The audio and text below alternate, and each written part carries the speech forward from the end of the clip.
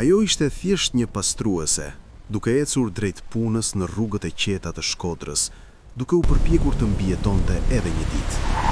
Pastaj, një moment ndryshoi gjithçka. Një SUV luksoz kaloi me shpejtësi pranë saj dhe me një spërkatje të vetme e mbuloi me baltë të ftoftë dhe të ndyrë. Brenda makinës, një grua e pasur qeshi, sikur Erlisa Vokshi as që ekzistonte, por ajo që nuk dinte, dikush po shikonte. Një burr që kishte ardhur nga asgjëja dhe nuk kishte harruar kurrë çfarë do të thotë të jesh i padukshëm.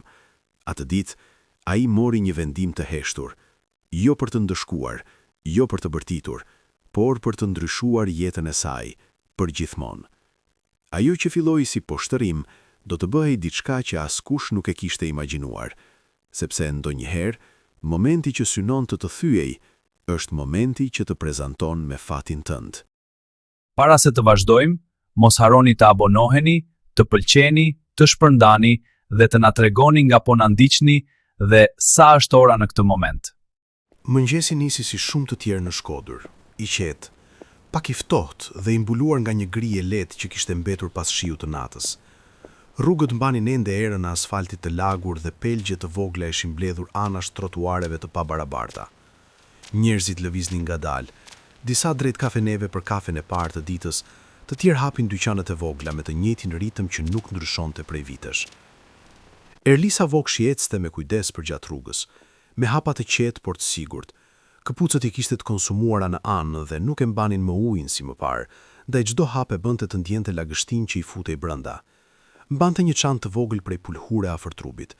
Brenda kishte një copë byrek të mbështjellë me kujdes dhe një palë doreza pastrimi që i kishte larë aq shumë herë sa materiali kishte filluar të hollohej.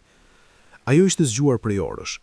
Para se drita të shpërthente mbi çatitë e qytetit, ishte ngritur në heshtje që të mos zgjonte motrën e vogël. Në kuzhinën e vogël kishte ngrohur ushqimin e mbetur nga një ditë më parë, duke u përpjekur të mos shpërdoronte asgjë. Pastaj ishte kthyer në dhomë dhe kishte zgjuar butësisht e lirën, duke i krehur flokët dhe duke ndihmuar të përgatitej për shkollë. I kishte lidhur vetë lidhset e këpucëve, duke i shtrënguar mirë që të mos zgjidheshin gjatë ditës.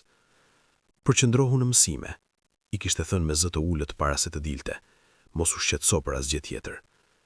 Elira kishte tundur kokën, ende pak e përgjumur, por duke i besuar plotësisht. Tani, duke ecur drejt punës, Erisa mendonte për të njëjtat gjëra: qiran që duhej paguar, gjërat e shkollës që duheshin bler, ushqimin që duhej të mjaftonte deri në fund të javës. Nuk kishte vend për gabime. Çdo ditë kishte rëndësi. Rruga përpara përkulej lehtë drejt rrugës kryesore, ku trafiku kishte filluar të shtohej. Disa makina kalonin, duke prerë ujin e mbledhur në asfalt, por asgjë e pazakont. Erlisa qëndronte pranë anës së rrugës, duke shmangur pelqet më të mëdha sa mundej. Pastaj e dëgjoi. Zhurma erdhi shpejt, më fort se të tjerat, një motor që afrohej pa u ngadalësuar. Ajo ktheu kokën lehtë, vetëm sa për të parë një SUV të bardhë që po vinte me shpejtësi. Para se të mund të largohej më tej, goma goditi një pelk të madh. Uji u ngrit me një herë. Një val balte u hodh mbi të me forcë, duke e mbuluar plotësisht. I ra në fytyrë, i përshkoi rrobat, i u ngjit në flok dhe mbuloi çantën që mbante në dorë. Ftohtësia i goditi me një herë dhe ajo mori frym thellë, ndërsa mbeti i ngrirë në vend, ndërsa uji i piktonte nga çdo anë. Në një çast, gjithçka rreth saj u zbeh. Ajo nuk lëvizi. SUV-ju ngadalsua pak më përpara. Xhami i errët u ul dhe u shfaq fytyra një gruaje, e rregullt, e paprekur, e qetë. Qëndrimi i saj ishte i relaksuar, sikur asgjë nuk ishte ndodhur. Ishte Vanessa Haliti. Ajo e pa drejt në sy Elisën dhe buzëqeshi lehtë, sikur situata nuk kishte asnjë peshë. Duhet të jesh më e kujdesshme ku qëndron, tha me një ton të lehtë përçmues, sikur po fliste me dikë pa rëndësi. Pastaj xhami u mbyll. Makina u largua pa u ndalur. Erlisa mbeti aty. Balta ishte ngjitur në lëkurë dhe në rroba, lagështia i kishte depërtuar në çdo shtresë. Një pik uji rrëshiti nga flokët përgjatë faqes. Ajo shtrëngoi çantën fort, ndërsa një ndjesi e rëndë i mbushi gjoksin. Disa njerëz kishin parë, disa hodhën një sy dhe pastaj kthyen kokën. Askush nuk foli. Fyti u ngushtua dhe në një moment ndjeu se mund të qante. Do t'ishte lehtë të dorëzohej në atë qast, të linte gjithçka të dilte jashtë, por nuk e bëri. Ajo uli shikimin, mori frym thellë dhe rregulloi çantën në shpatull. Pastaj vazhdoi rrugën. Çdo hap ishte më i rënd, rrobat I ngjiteshin në trup, këpucët tashmë ishin mbushur me ujë, por qëndrimi I saj mbeti I drejtë. Nuk thye pas, nuk reagoi, sepse nuk mundej. Në anën tjetër të rrugës, një makinë e zezë qëndronte e parkuar pranë kopit. Brenda saj, Adrian Falkenberg po shikonte në heshtje. Ai kishte parë gjithçka, shpejtësinë e makinës, forcën e spërkatjes, shprehjen e ftohtë në fytyrën e Vanesës. Por më shumë se kaq, ai kishte parë Erlisën. Ai e ndoqi me sy ndërsa ajo përmbahej, ndërsa zgjodhi të vazhdoj pa reaguar, pa bërë sken, pa lejuar që momenti ta kthynte para të tjerëve. Diçka tek ajo I mbeti në mendje. Nuk ishte dobësi, ishte forcë. Ai e kujtoi një të kaluar që rrallë përmente, një lijet e ndërtuar me mund që askush nuk e kishte parë, derisa u bë e pamundur të injorohej. Sytë e tij e ndoqën me sy ndërsa ajo largohej, duke u zhdukur ngadalë në rrjedhën e mëngjesit gri. Ai nuk e hoqi shikimin, dhe edhe pasi ajo zhduk, ai qëndroi aty, I qetë, duke menduar, sepse ajo që kishte parë nuk ishte diçka që do ta harronte, dhe pyetja që po formohej në mendjen e tij nuk ishte më thjesht kuriozitet. Kush ishte ajo? Dhe pse mbante veten në atë mënyrë? Kur Erlisa Vokshi mbërriti në hotel, mëngjesi kishte hyrë plotësisht në ritmin e zakonshëm. Dyert prej xhami pasqyronin një botë të pastër dhe të rregullt, pa asnjë gjurmë të rrugës me baltë që kishte kaluar pak më parë. Brenda, gjithçka mbante erën e produkteve të shtrenjta të pastrimit dhe luleve të freskëta të vendosura me kujdes pranë recepcionit. Dyshemet shkëlqenin nën dritën e butë, dhe një murmurim e lehtë bisedash përhapej në përholl. Erlisa hyri nga hyrja anësore e stafit, si gjithmonë pa u vënë re. Uniforma e saj ishte ende pak e lagur, pavarësisht përpjekjes për ta pastruar në banjon e vogël para se të fillonte punën. Kishte shpëlar sa mundi baltën me ujë të ftohtë dhe letra, por disa njolla të lehta kishin mbetur në mëngët e saj. Këpucët bënin një zhurmë të butë nga lagështia ndërsa ecte drejt dollapëve të stafit. Disa kolegë hodhën një sy drejt saj. Askush nuk pyeti. Kështu funksiononin gjërat aty. Njerëzit shihnin, por nuk përziheshin. Erlisa ndroi shpejt uniformën, duke veshur atë rezervë që e mbante gjithmonë për raste të tilla. Pëlhura ishte më e vjetër, pak e zbehur, por e pastër. I lidhi flokët fort, duke u siguruar që asnjë fije të mos I binte gjatë punës. Pastaj mori mjetet dhe doli në korridorin e caktuar për të. Turni kishte filluar. Hoteli funksiononte me një rregull të heshtur. Çdo lëvizje kishte vendin e saj. Çdo detyrë ndiqte një rend të pashkruar. Pastrueset si Erlisa punonin në heshtje, duke kaluar nga një dhomë në tjetrën, duke fshirë gjurmët e jetëve që për ta dukeshin të largëta. Klientët kalonin pranë tyre pa I parë, të zënë me telefonat, takimet apo bisedat e tyre. Pranë korridorit të shërbimit, një zë I fortë theu qetësinë. Erlisa. Ajo u kthye me njëherë. Përballë saj qëndronte Arben Kola, me një blok në dorë. Qëndrimi I tij ishte I drejtë, fytyra e kontrolluar, dhe prania e tij mjaftonte për të vendosur rregull. Ai njihej për disiplinën dhe për faktin që nuk linte pa vënë re asnjë gabim. Je vonë, tha shkurt. Erlisa uli pak shikimin. Pati një problem në rrugë, u përpoqja të vijë sa më shpejt.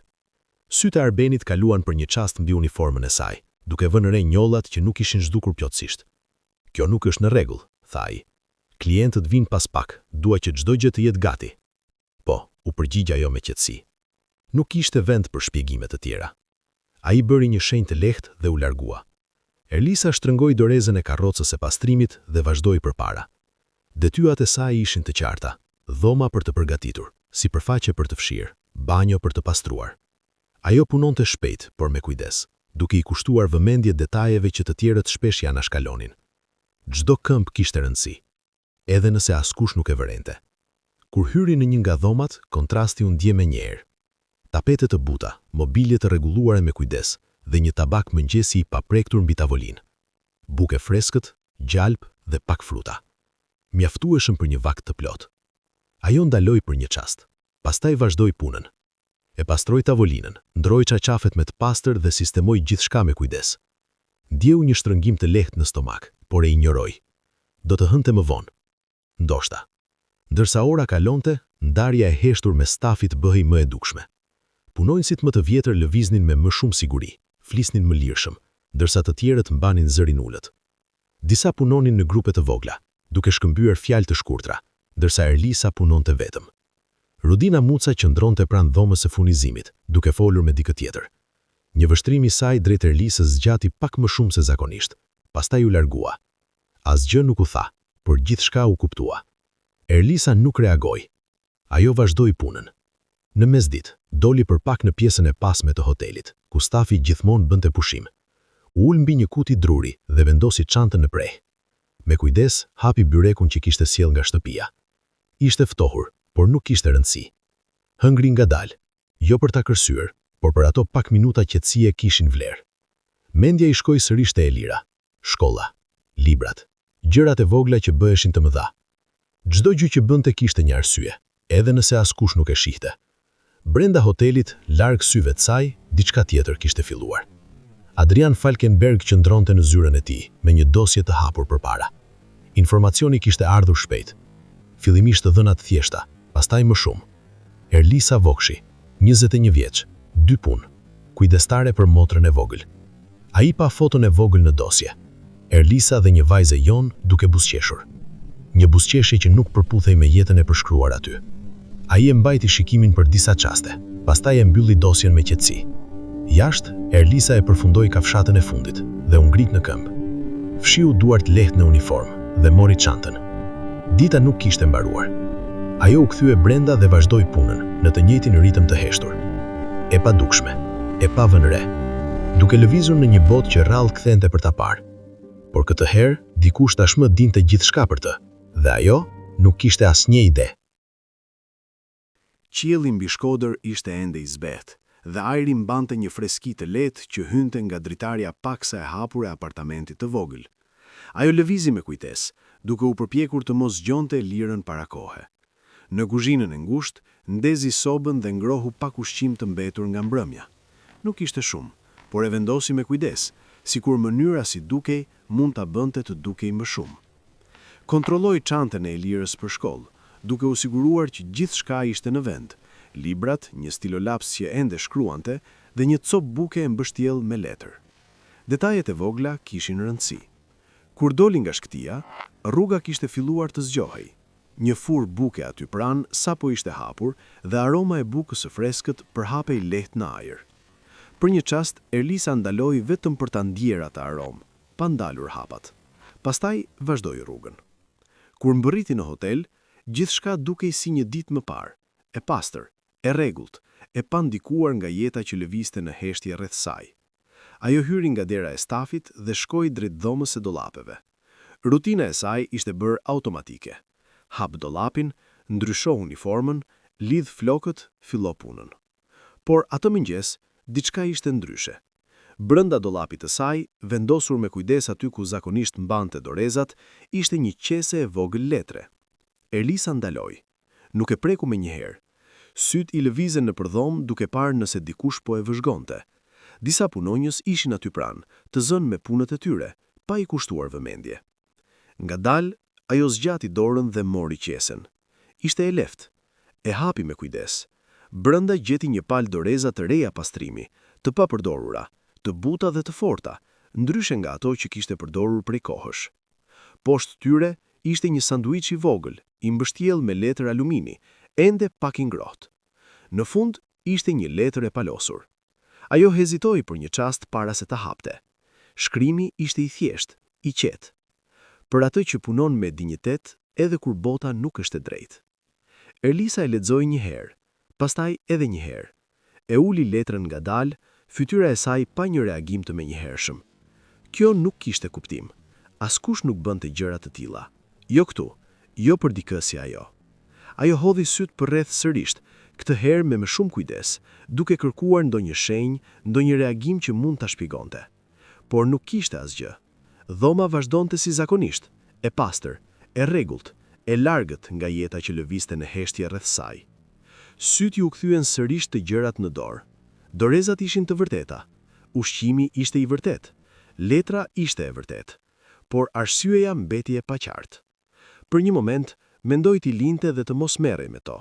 Do t'ishte më e lehtë, më e sigurt. Të pranosh diçka të panjohur, gjithmonë mbart një rrezik. Por pastaj, pa sanduiçin. Kishte kohë që nuk kishte ngrënë diçka të ngrohtë në mëngjes. U ul ngadalë në bankën pranë dollapit dhe e hapi me kujdes letrën e aluminit. Një ngrohtësi e lehtë u përhap në ajër. Aroma ishte e thjeshtë, buk, djath, pak erza. Asgjë e veçantë, por e mjaftueshme. Mori një kafshat të vogël, pastaj një tjetër. Lëvizjet e saj ishin të ngadalta, sikur momenti mund të zhdukej nëse nxitonte. Ndërsa hante, diçka ndryshoi brenda saj. Jo diçka e madhe, jo diçka e shurmshme, thjesht një lehtësim i vogël. Supet ju çloduan pak. Shtrëngimi në krahëror u zbut, dhe për herë të parë pas disa ditësh, në fytyrën e saj u shfaq një buzëqeshje e lehtë. Nuk ishte e madhe, nuk ishte për t'u parë nga të tjerët, por ishte e vërtet. Larg nga dhoma e stafit, Adrian Falkenberg qëndronte pranë një dritareje xhami duke parë jashtë. Qëndrimi i tij ishte i qetë, por vëmendja e tij ishte diku tjetër. Në tavolinë, një ekran tregonte pamjet e brendshme të hotelit, një akses që ai e kishte përmes menadimit. Ai kishte parë të gjitha: momentin kur Elisa hapi qesen, hezitimin, vështrimin për rreth, mënyrën si e lexoi letrën 2 herë dhe ndryshimin e vogël në fytyrë pas kafshatës së parë. Ai nuk reagoi, por e vuli re. Kaq mjaftonte. Pas pak, ai e fiku ekranin. Për të kjo nuk ishte kontroll, ishte vëzhgim dhe konfirmim.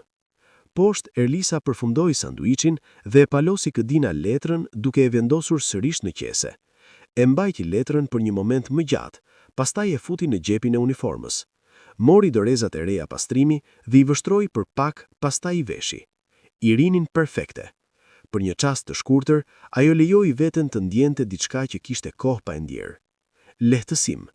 Jo përse jeta e saj kishte ndryshuar, jo përse problemet ishin zhdukur, por përse për një arsye që nuk e kuptonte, dikush kishte zgjedhur ta shihte. Kjo mendim qëndroi me të ndërsa u ngrit dhe nisi punën. Pjesa tjetër e ditës kaloi si zakonisht, por jo krejt njësoj. Lëvizjet e saj kishin një qetësi të tjetër. Përqendrimi ishte aty, por diçka e butë e mbështeste tani.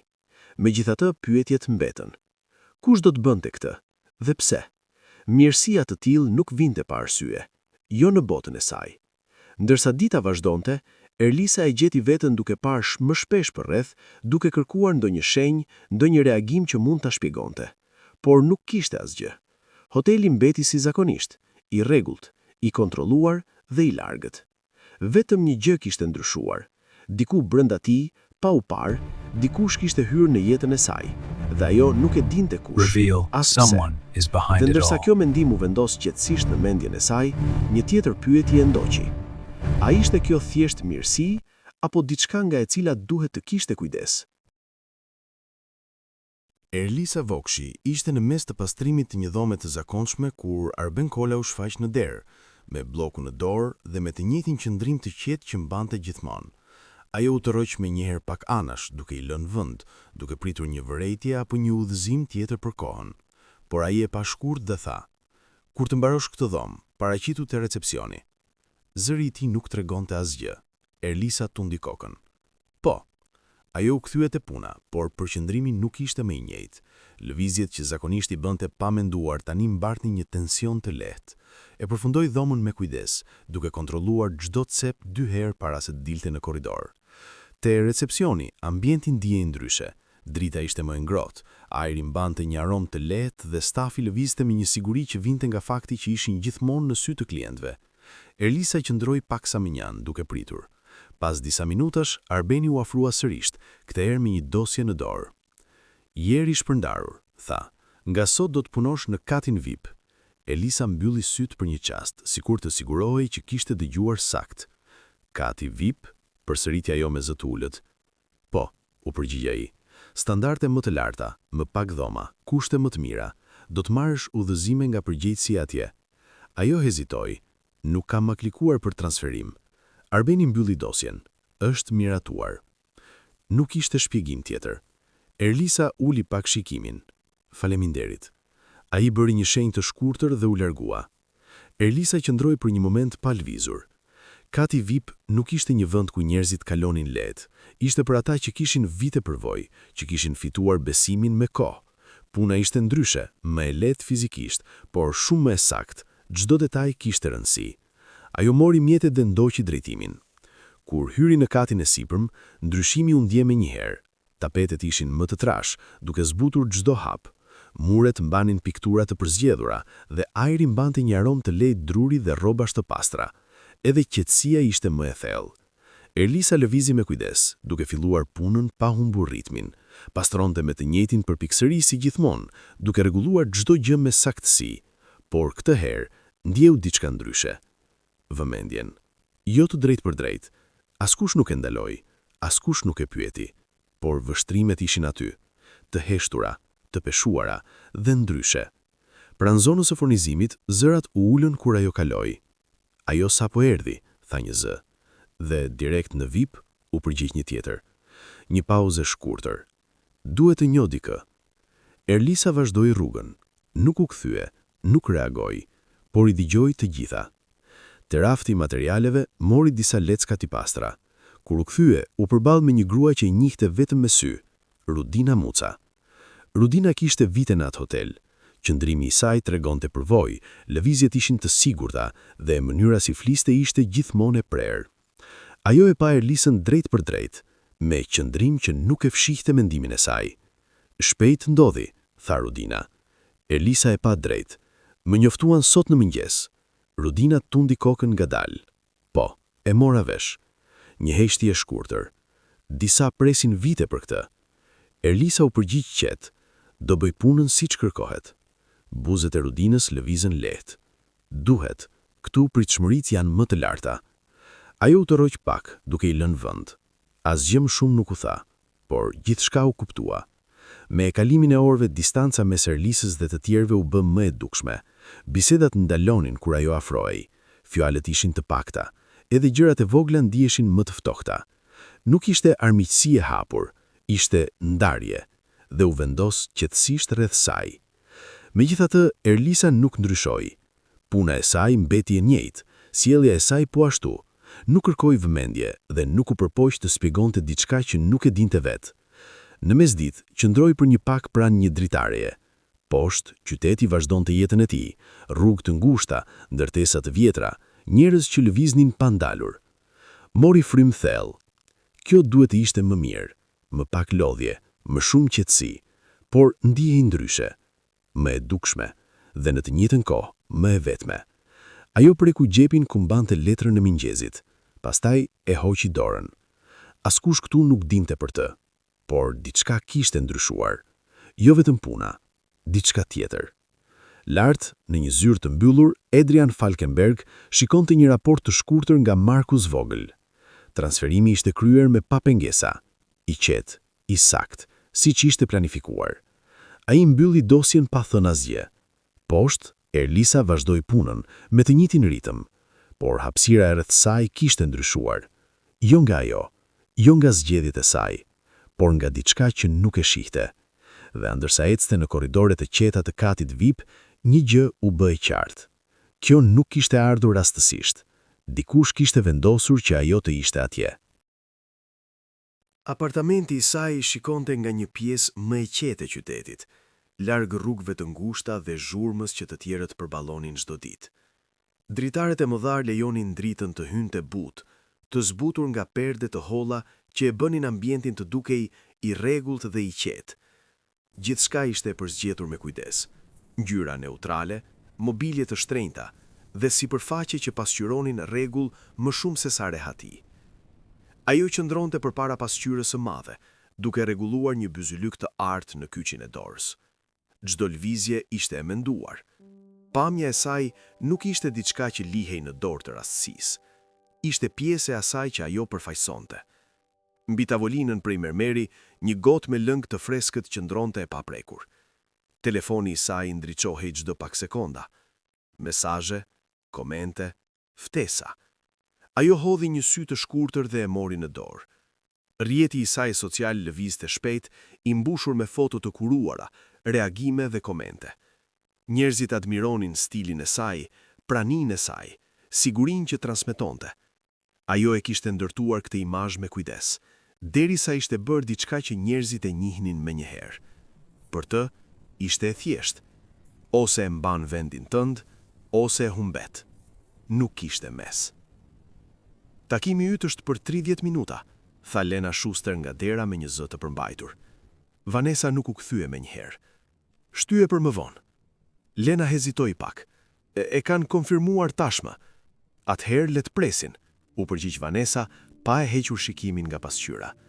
Lena tondi kokën dhe u largua pa folur më. Kështu funksiononin gjërat përreth Vanessës. Vendimet merreshin pa diskutim. Të tjerët përshtateshin. Ajo mori gotën, piu një glënjë të vogël dhe e vendosi përsëri. Pastaj u kthye te telefoni, duke kaluar komentet me një shprehje të ftohtë. Pastaj ndaloi. Gishti i saj mbeti pezull mbi ekran. Diçka ndryshe ishte shfaqur. Një postim.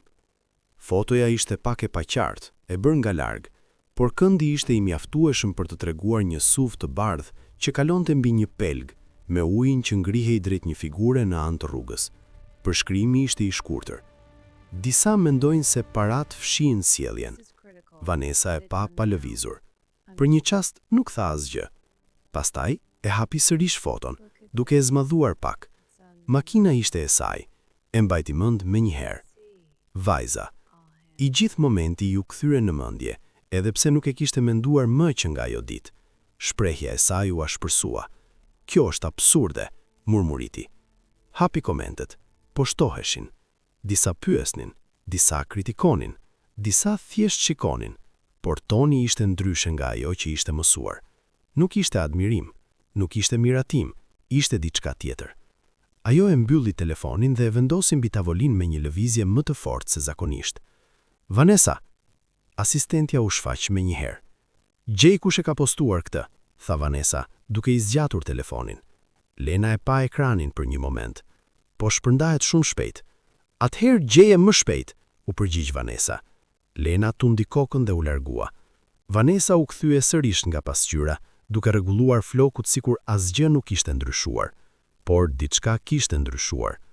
Më vonë atë pasdite, ajo u ul përballë babait të saj, Besnik Halitin, në një restorant të qetë ku njerëzit shkonin për privatësi, jo për t'u parë. Ambienti ishte i thjeshtë, me dritë të butë dhe tavolina druri. Stafi lëvizte pa bërë zhurmë. Besniku qëndronte i qetë, me një prani të fortë por të kontrolluar. Ndryshe nga e bia, ai nuk kishte nevojë për vëmendje për të ruajtur pozicionin e tij. Vanessa përzjente pijen ngadalë. Dikush po përpiqet të krijojë një histori, tha ajo, po përhapet online. Besniku e pa lëvizur. Çfarë historie? Ajo u mbështet pak pas. Diçka e parëndësishme, një foto e nxjerr jashtë kontekstit. Ai nuk u përgjigj menjëherë. Mori një glënjë kafeje dhe vendosi filxhanin me kujdes para se të fliste. Njerëzit nuk reagojnë pa arsye, tha ai. Shprehja e Vanessës u shtrëngua. Nuk është asgjë. Atëherë do të kaloj, u përgjigj ai. Zëri i tij ishte i qetë, por kishte diçka tjetër brenda tij. Jo dyshim, por kuptim. Vanessa ktheu shikimin anash, duke trokitur lehtë me gishtat mbi tavolinë. Ajo ishte shumë afër rrugës, nuk ishte e qëllimshme. Besniku e pa me kujdes. Nuk është kjo çështja, tha ai. Ajo u vrëntyn pak. Atëherë, cila është? Ai u mbështet pak pas, me një shikim të qëndrueshëm. Çështja është që dikush e pa, tha, dhe tani po e shohin të gjithë. Vanessa nuk foli. Biseda vazhdoi për gjëra të tjera, por pesha mbeti.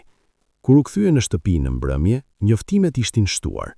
Fotoja ishte përhapur më shumë komente, më shumë vëmendje, dhe tani më shumë pyetje. Ajo i kaloi ngadalë këtë radhë, jo pse i interesonin mendimet, por sepse kontrolli që kishte gjithmonë duke i pak më i largët. Për herë të parë, nuk po e menaxhonte dot situatën menjëherë. E vendosi telefonin dhe qëndroi për një moment pa lëvizur. Dhoma rreth saj ishte e njëjtë. Asgjë nuk ishte ndryshuar fizikisht, por diçka kishte lëvizur. Jo me zhurmë, jo dukshëm, por mjaftueshëm që të ndihej.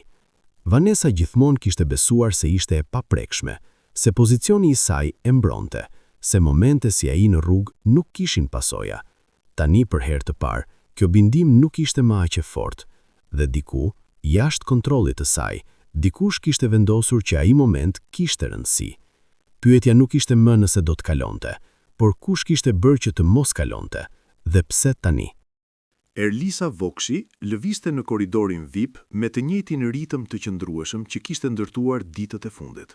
Qetësia e katit ishte e njëjtë, tapetet e buta thithnin çdo hap, dhe aroma e lehtë drurit të pastruar qëndronte në ajër. Ajo mbante mjetet e saj me përqendrim, duke i kushtuar vëmendje çdo detaj. Asgjë në rutinën e saj nuk tregonte çfarë po vinte. Pranë dhomës së furnizimit, ajo ndaloi për pak për të marrë materiale. Shishet ishin të vendosura me rregull, pastrues për xhama, dezinfektues sipërfaqesh, solucion për dysheme. Gjithçka me etiket, gjithçka në vendin e vet. Ajo mori atë që i duhej pa hezitim, duke i besuar sistemit që kishte ndjekur gjithmonë. Një shishe me solucion për dysheme ishte aty ku duhet të ishte. Ajo e mori dhe vazhdoi. Pas saj, pa u vënë re, Rudina Muca qëndronte pak më tej. Qëndrimi i saj ishte i qetë, sytë të përqëndruar në vendin nga ku Erlisa sapo ishte larguar. Ajo priti për një moment, pastaj u afrua me hapa të kontrolluar. Hapi sërish dollapin. Nga karroca e saj, mori një shishe tjetër, një solucion që nuk duhej përdorur për atë sipërfaqe, një lëng që e bënte dyshemen të rrëshqitshme nëse përdorej gabim. Pa hezitim, ajo i ndroi vendin me atë që kishte marrë Eliza, duke e vendosur shishen e saktë në raft, sikur asgjë nuk kishte ndodhur. Pastaj e mbylli dollapin dhe u largua. Pak minuta më vonë, Elisa hyri në zonën kryesore të hollit që ishte caktuar. Hapësira ishte e gjerë, me tavane të larta dhe dritë të butë. Disa klientë ishin ulur në pjesën e pritjes, me filxhan kafeje në tavolina dhe biseda të qeta. Ajo nisi punën. Dyshemeja kishte nevojë për pastrim, gjurmë të lehta nga lëvizjet e mëparshme. Asgjë e pazakontë. Ajo përgatiti solucionin dhe filloi të pastronte me lëvizje të sigurta dhe të mësuara. Lëngu u përhap në sipërfaqe, duke lënë një shkëlqim të lehtë. Ajo vazhdoi pa dyshim. Aroma ishte pak ndryshe. Ndjesia ishte pazakontë. Por jo aq sa për ta ndalur. Ajo vazhdoi. Pak minuta më vonë, një klient hyri në korridorin ansor. Ecja e tij ishte normale, syt në telefon, pa vëmendje të dyshemeja. Sapo shkel mbi sipërfaqen e sapo pastruar, këmba i rrëshqiti. Rënja ndodhi menjëherë dhe një zhurmë e fortë u përhap në hall, ndërsa ai u përplas në tokë dhe telefoni i rrëshqiti nga dora. Gjithçka u ndal. Erlisa u kthye menjëherë. Trupi i saj u mpir për një çast, pastaj u afrua. "A jeni mirë?" pyeti me një zë të qetë. Burri u përpoq të ulej, i tronditur. Brenda pak sekondash, stafi u mblodh për rreth. Menaxheri erdhi me shpejtësi, bashkë me sigurimin. Qetësia u kthye në tension të kontrolluar. Pyetje u bën. Syt u kthye në dysheme, pastaj nga Erlisa. "Kush e pastroi këtë zonë?" pyeti menaxheri. Erlisa doli përpara. "Unë." Fjalët dolën pa hezitim. Shprehja e tij u ashpërsua lehtë. "Çfarë përdore?" Ajo tregoi karrocën. "Solucionin e zakonshëm." Ai mori shishen dhe lexoi etiketën. Fytyra e tij ndryshoi. "Ky nuk është solucion i zakonshëm," tha. Erlisa u vronj syt. Ishte në vendin e vet. Menaxheri e pa drejt. "Kjo dysheme është e rrezikshme," një klient u lëndua. "Unë nuk," filloi ajo, pastaj ndaloi. Nuk kishte fjalë që do i ndryshonin situatën. Hapësira rreth saj u bë më e rëndë. Disa shikonin në heshtje, të tjerët shmangnin syt. Pak minuta më vonë, ajo u thirr në zyrë. Zyra ishte thjeshtë. Menaxheri qëndronte pas tavolinës. "Kjo është serioze," tha. "E kupton." Erlisa tundi kokën. Duart i mbënti të qeta përkara, por pesha e situatës ndihej qartë. "Përdora atë që ishte aty, nuk ndryshova asgjë." Ai nuk u përgjigj menjëherë. Një klient u lëndua. "Derisa të kuptohet çfarë ndodhi, do të hiqesh nga puna përkohësisht." Fjalët ranë rënd. Kjo nuk ishte një ndalesë, ishte rrezik. Për jetën e saj, për gjithçka. Erlisa uli pak shikimin. E kuptoj. Nuk u ankua. Nuk kërkoi mëshirë. Gjithashti, qëndroi. Diku tjetër në hotel, Adrian Falkenberg qëndronte në një zyrë të qetë duke parë raportin dhe pamjet e sigurisë. Diçka nuk përputhte. Ai kërkoi pamjet. Videoja u shfaq. Dhoma e furnizimit. Erlisa hyn. Merr shishen, del. Pastaj Rudina hyn. Ndrimi i shisheve, i qartë, i qëllimshëm. Adriani e pa reagim. Vendimi ishte i menjëhershëm. Dërgohet e menaxheri. Tani. Në zyrë, telefoni i menaxherit ra. Ai shikoi mesazhin dhe hapi videon. Fytyra e tij ndryshoi ndërsa e shikonte. Pastaj ngriti syt nga Erlisa. Kjo ndryshon gjithçka, tha. Ajo nuk lëvizi. Ajo që ndodhi nuk ishte faji jot. Fjalët ranë qetë. Tensioni u zbut. Erlisa mori frym thellë. Rudina Muca është identifikuar, shtoi ai. Do të merret mas. Erlisa tundi kokën. Asgjë më shumë. Pak minuta më vonë, ajo doli nga zyra. Korridori ishte i njëjtë, por diçka ndryshoi. Jo vendi, por mënyra si e shihnin. Ajo u kthye në punë pa folur me të njëjtin përqendrim, por një mendim mbeti. Kjo ishte hera e dytë. Hera e dytë që diçka shkoi keq dhe u rregullua. Jo rastësisht. Dikush po shihte. Dikush po vepronte. Dhe këtë herë nuk ishte më rastësi. Dikush ishte pas saj, dhe ajo nuk e dinte kush. Pas asaj që kishte ndodhur një ditë më parë, ajo u kthye në punë me një vetdije të heshtur se diçka e padukshme po ndikonte ngjarjet rreth saj. Nuk bëri pyetje me zë të lartë, nuk kërkoi përgjigje që nuk mund t'i provonte. Thjesht u përqendrua në punë, duke mbajtur ritmin e saj të qëndrueshëm dhe vëmendjen tek detajet. Por mendimi mbeti. Dikush kishte ndërhyr, jo një herë, 2 herë, dhe një ndërhyrje e tillë nuk vinte pa qëllim. Nga pasditja vonë, hoteli kishte hyrë në një qetësi më të thellë.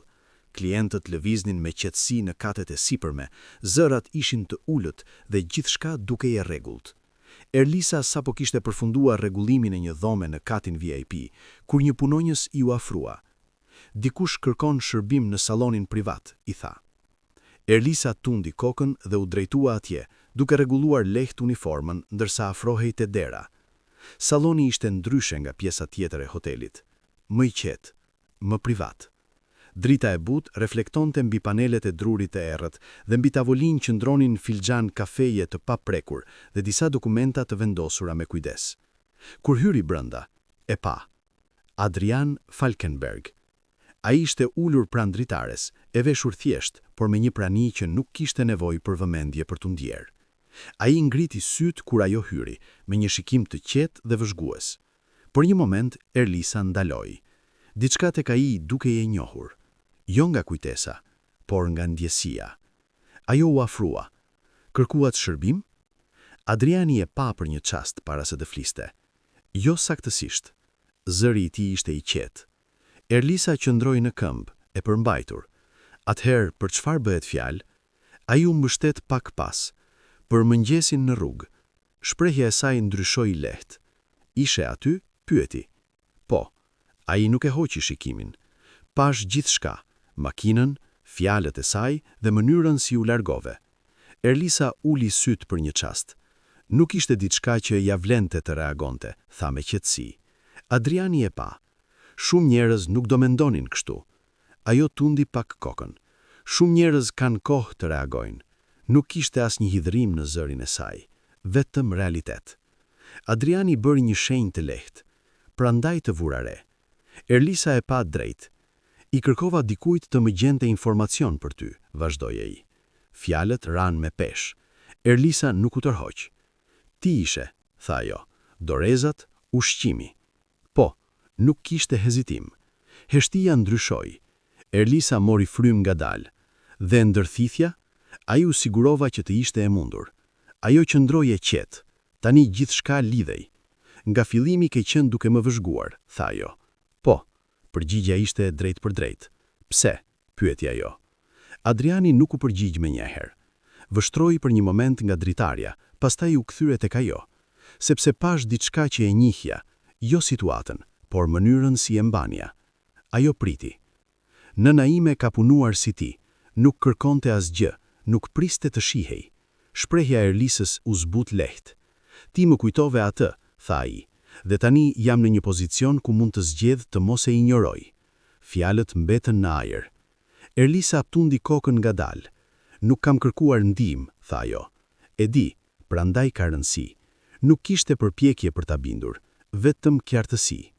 Erlisa e pa për një moment. Gjithçka që kam e fitoj vet, nuk dua të më jepet. Adriani mbeti i qetë, dhe nuk do të jepet, asgjë që ke marrë nuk është pa merit. Ajo e vështroi për disa sekonda. nuk kishte pasiguri, vetëm qëllim. Distanca mes tyre ndryshoi, jo në afërsi, por në kuptim. Erlisa rregulloi qëndrimin. Atëherë do vazhdoj si gjithmonë. Ai tundi kokën, kjo është ajo që pres. Heshtia që pasoi nuk ishte e vështirë, mbante respekt. Erlisa u kthye drejt derës, gati për t'u larguar, pastaj ndaloi. Një pyetje, tha ajo. Adriani e pa. Pse vazhdon? Pyeti ajo. Ke bërë mjaftueshëm. Ai mbajti shikimin për një moment. Pastaj tha thjesht, sepse disa njerëz nuk duhen të injorohen. Erlisa nuk foli me njëherë. Tundi kokën lehtë dhe doli nga dhoma. Korridori ishte i njëjtë, por ajo jo. U kthye tek puna, me të njëjtin përqendrim, por tani e panjohura kishte një emër. Adrian Falkenberg. Një njeri që e kishte parë, një njeri që i kishte zgjedhur të vepronte. Dhe tani pyetja nuk ishte më nëse dikush ishte pas gjithçkaje, por pse një njeri si ai kishte vendosur që ajo kishte rëndësi.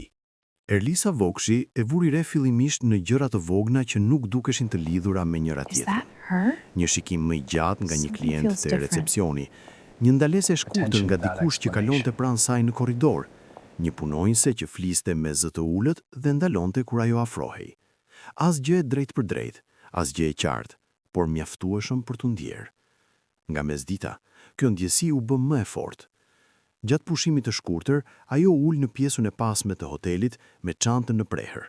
E hapi ngadalë dhe nxori ushqimin e thjeshtë që kishte përgatitur në mëngjes, bukë, pak djaf dhe një pecete palosur. Ndërsa hante, vuri re dy punonjëse të reja që qëndronin pranë, duke folur me zë të ulët.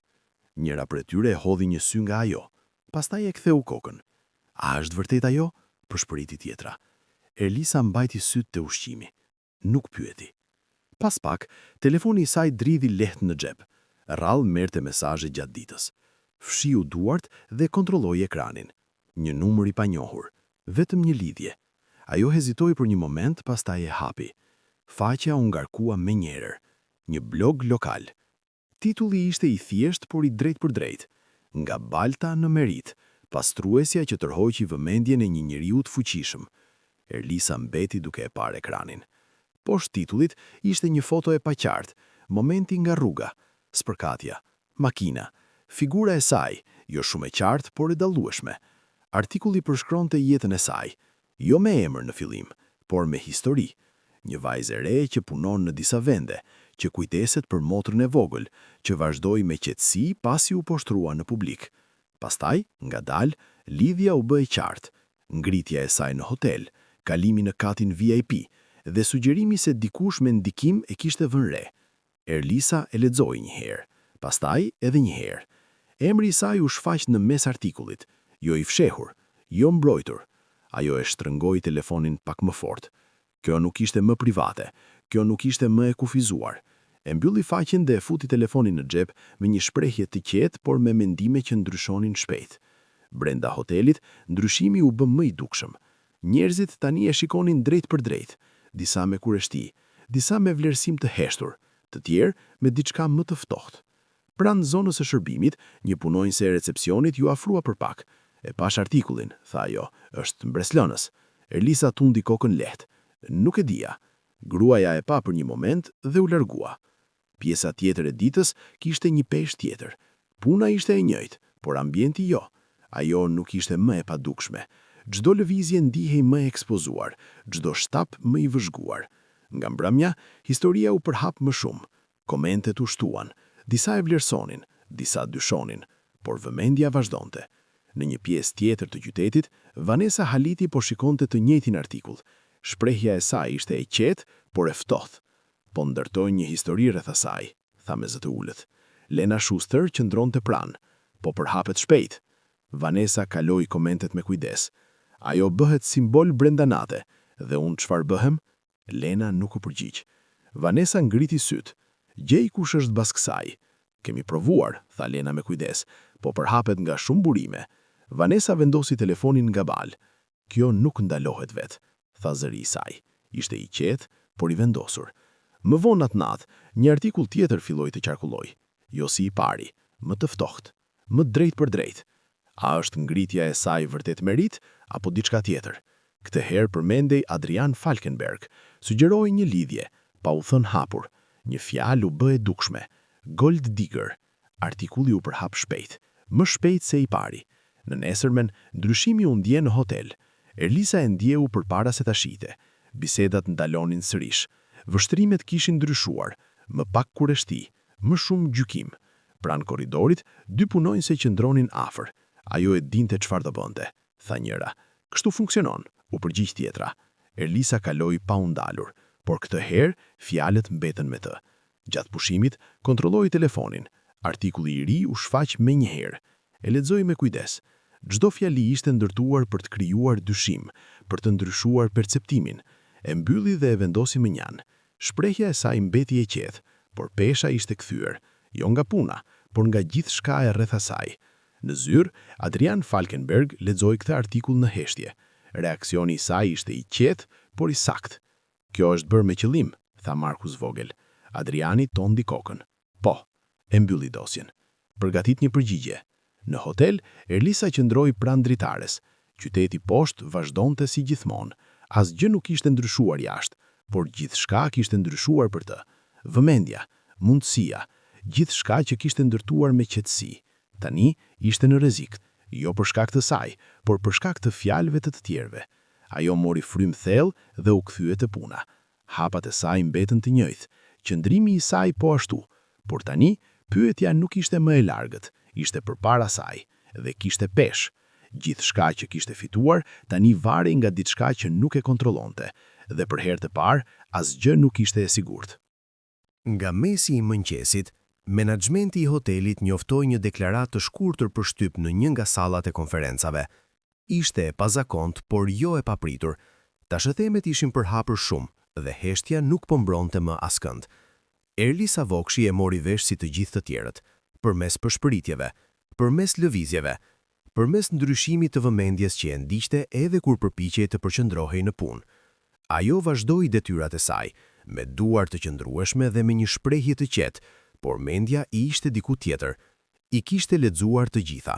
Kishte parë sa shpejt një histori mund të ndryshonte, sa lehtë mund të shtrembërohej perceptimi pa pjesëmarrjen e saj. Nuk priste që dikush të dilte përpara, jo për të. Në sallën e konferencave, atmosfera ishte e përmbajtur. Disa gazetarë ishin mbledhur, disa me pajisje regjistrimi, të tjerë duke vëzhguar në heshtje. Stafi drejtues qëndronte më mënjan, duke ruajtur rendin. Në pjesën e përparme, qëndronte Adrian Falkenberg. Vetë prania e tij ndryshonte tonin. Ai nuk mbante shënime, nuk duke i pasigurt. Kur filloi të fliste, zëri i tij ishte i qetë dhe i qartë. Ka qarkulluar një histori këto ditë, tha. Një histori që vë në dyshim integritetin e një personi që nuk e meriton. Nuk kishte hezitim, as një përpjekje për ta zbutur. Erlisa Vokshi nuk është ajo që është paraqitur, vazhdoi ai. Ajo nuk është dikush që kërkon përfitim nga lidhjet.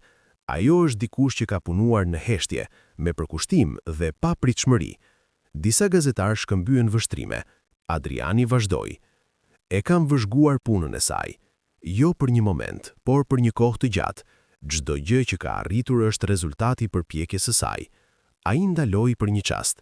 Spekulimi është i lehtë, shtoi. Nuk kërkon prova, nuk kërkon përgjegjësi. Por e vërteta po. Salla mbeti në heshtje.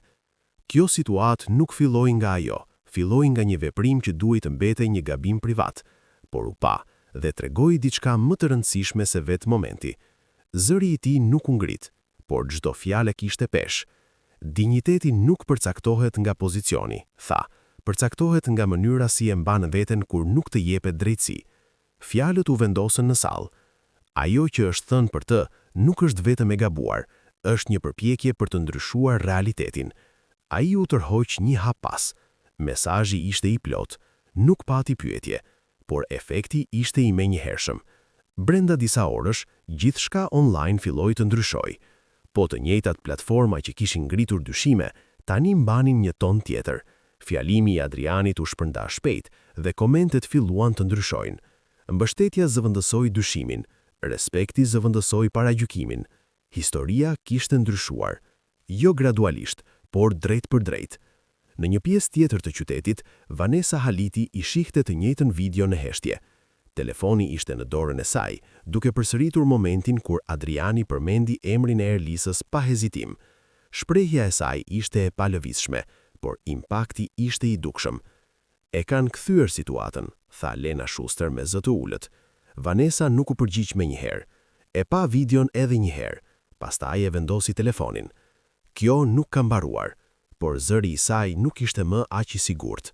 Më vonë atë ditë, ajo u thirr në zyrën e babait të saj. Besnik Haliti qëndronte pranë dritares, me shpinën pak të kthyer kur ajo hyri. Dhoma ishte e qetë dhe e rregullt. Ulu, tha I. Vanessa ul përballë tij. I dhash kohë ta menaxhosh këtë, tha I. Ti e përshkallëzove. Ajo shtrëngoi nofullën. Ishte tashmë duke u përshkallëzuar. Ti e shtove, u përgjigja I. Ajo nuk e mohoi. Besniku vendosi një dosje mbi tavolinë. Artikulli I dytë është gjurmuar, tha I. Vanessa nuk foli. Heshtja mjaftoi. Do të tërhiqesh nga çdo aktivitet publik, vazhdoi ai. Më njëherë, ajo e pa drejt. Nuk është e nevojshme. Është, tha I. Kjo nuk është më për imazh, është për pasojë. Fjalët ishin përfundimtare, nuk ka diskutim. Për herë të parë, pozicioni I saj nuk ishte më I qëndrueshëm, jo për shkak të njerëzve, por për shkak të përgjegjësisë. Në hotel, Erlisa qëndronte në të njëjtin korridor ku kishte punuar prej ditësh. Vendi ishte I njëjtë, por mënyra si reagonte ndaj saj kishte ndryshuar. Disa e përshëndesnin, disa e shmangnin shikimin për arsye të tjera. Tensioni nuk ishte zhdukur, ishte transformuar. Erlisa nuk reagoi, vazhdoi punën. Përqendrimi I saj mbeti I njëjtë, por diçka kishte ndryshuar. Kjo nuk ishte më vetëm për të, ishte bërë diçka më e madhe dhe ishte mbrojtur publikisht nga dikush që nuk kishte pse ta bënte. Në nderkjer në mbrëmje, ndërsa gjithçka u qetësua, një mendim mbeti I qartë. Fuqia ka folur, jo për të mbrojtur veten, por për të mbrojtur të vërtetën, dhe kjo kishte ndryshuar gjithçka. Tani pyetja nuk ishte më çfarë kishte ndodhur, por çfarë ndodh kur dikush me atë lloj fuqie zgjedh jo distancën, por afërsinë. Ajri I mbrëmjes mbante një ngrohtësi të lehtë, ndërsa makinat ndalonin njëra pas tjetrës përpara një ndërtese të restauruar në qendër të Shkodrës. Ngjarja ishte organizuar me kujdes, jo si një shfaqje pasurie, por si një vlerësim për diçka që kishte marrë kuptim më të madh se vetë fillimi. Brenda, salla ishte e rregulluar me elegancë të thjeshtë, tavolina me mbulesa të bardha, dritë butë dhe lule të vendosura pa teprim. Njerëzit flisnin qetë, me zëra të ulët dhe lëvizje të përmbajtura. Disa ishin nga hoteli, të tjerë nga komuniteti, dhe disa kishin ardhur nga qytete të tjera, njerëz që kishin ndjekur një histori që kishte nisur nga një moment që shumica do ta kishin harruar. Erlisa qëndroi për një çast pranë hyrjes para se të hynte. Fustani I saj ishte I thjesht, I zgjedhur me kujdes, pa teprime, por I pastër dhe I rregullt. Flokët I kishte mbledhur pas dhe qëndrimi I saj ishte I qetë, edhe kur vështrimet u kthyen drejt saj. Këtë herë, ajo vëmendje nuk ishte e rëndë, ishte e pranueshme. Ndërsa kaloi nëpër sallë, disa fytyra të njohura e përshëndetën, disa me një tundje koke, disa me një fjalë të shkurtër. Asgjë e sforcuar, vetëm respekt I natyrshëm. Në fund të sallës, Adrian Falkenberg po fliste me disa persona. Kur e pa, ndaloi dhe u afrua drejt saj. Je në kohë, tha I. Erlisa buzëqeshi lehtë. Nuk doja të vonohesha për diçka që nuk e kisha imagjinuar. Adriani tundi kokën. Ndodhi sepse e meritoje. Ajo e pa për një moment. Jo çdo gjë që ndodh është e merituar. Jo, tha I, por kjo është. Mes tyre nuk kishte më distancë, vetëm kuptim. Programi filloi pak më vonë. Njerëzit u ulën dhe salla u qetësua. Në pjesën e përparme ishte përgatitur një hapësirë thjesht, e dukshme, por jo e ngritur mbi të tjerët. Emri I Erlisës u thirr. Ajo ngrit dhe eci përpara. Hapat e saj ishin të qetë, të sigurt, sepse e kuptonte momentin. U ndal në qendër dhe pa përreth. Njerëzit, qetësinë, vëmendjen që dikur do ta kishte bërë të ndihej në siklet. Pastaj filloi të fliste. Një vit më parë, po ecja drejt punës si çdo ditë, tha ajo me zë të qetë. Nuk prisja që diçka të ndryshonte, nuk prisja që të më shihte askush. Salla mbeti në heshtje. Ajo që ndodhi atë mëngjes nuk ishte zgjedhja ime, vazhdoi ajo, por mënyra si reagova ishte. Ajo ndaloi për një çast. Nuk fola sepse nuk besoja se do të kishte rëndësi. Nuk reagova sepse kisha gjëra më të rëndësishme për të mbrojtur. Jeta ime nuk kishte vend për zemërim. Fjalët e saj ishin të thjeshta, por të forta. Kam mësuar diçka që atëherë. Dinjiteti nuk t'i jepet. Është diçka që e mban vetë edhe kur askush nuk ta jep. Disa ulën kokën lehtë. Dhe kam mësuar se të shohin nuk do të thotë të jesh në përpara. Do të thotë që dikush zgjedh të mos të injoroj. Shikimi i saj u ndal për një moment tek Adriani, pastaj u kthye sërish përpara. Ky moment nuk është për atë ku jam sot, është për atë që kam qenë para se dikush të më shihte. Ajo u tërhoq një hap pas. Sallë nuk shpërtheu në duar trokitje të forta, por reagimi ishte i thellë dhe i sinqert. Më vonë kur gjithçka filloi të qetësohej, Erlisa doli jashtë. Rruga ishte e qetë, e njëjta rrugë, i njëjti vend. Ajo eci ngadalë. Vendi ku gjithçka kishte nisur ishte ende aty. Kthesa e rrugës, anët e pabarabarta. Kujtimi ishte i qartë, por nuk kishte më të njëjtën peshë. Ajo ndaloi për një çast. Pastaj hodhi një hap përpara. Këtë herë pas një hezitim. Pastaj Adriani doli dhe u ndal pranë saj. Nuk folën me njëhershëm. Heshtimi ishte i qartë. Pastaj ai tha: "Nuk e lita që të përcaktonte." Erlisa pa për një moment. Ishte pjesë e historisë, jo e gjithë historia. Adriani tundi kokën. Kjo është diferenca. Ajo u kthye pak nga ai. Dhe ti? Ai e pa drejt saj. Zgjodha të mos e injoroj. Nuk kishte nevojë për më shumë fjalë. Ata filluan të ecnin. Krah për krah. Jo më të ndarë nga rrethanat. Jo më të lidhur me atë që kishte ndodhur, por me atë që kishin zgjedhur. Dhe ndërsa ecnin përpara, një e vërtet mbeti e qartë. Ajo që ishte menduar ta triste, u bë momenti kur bota në fund e pa.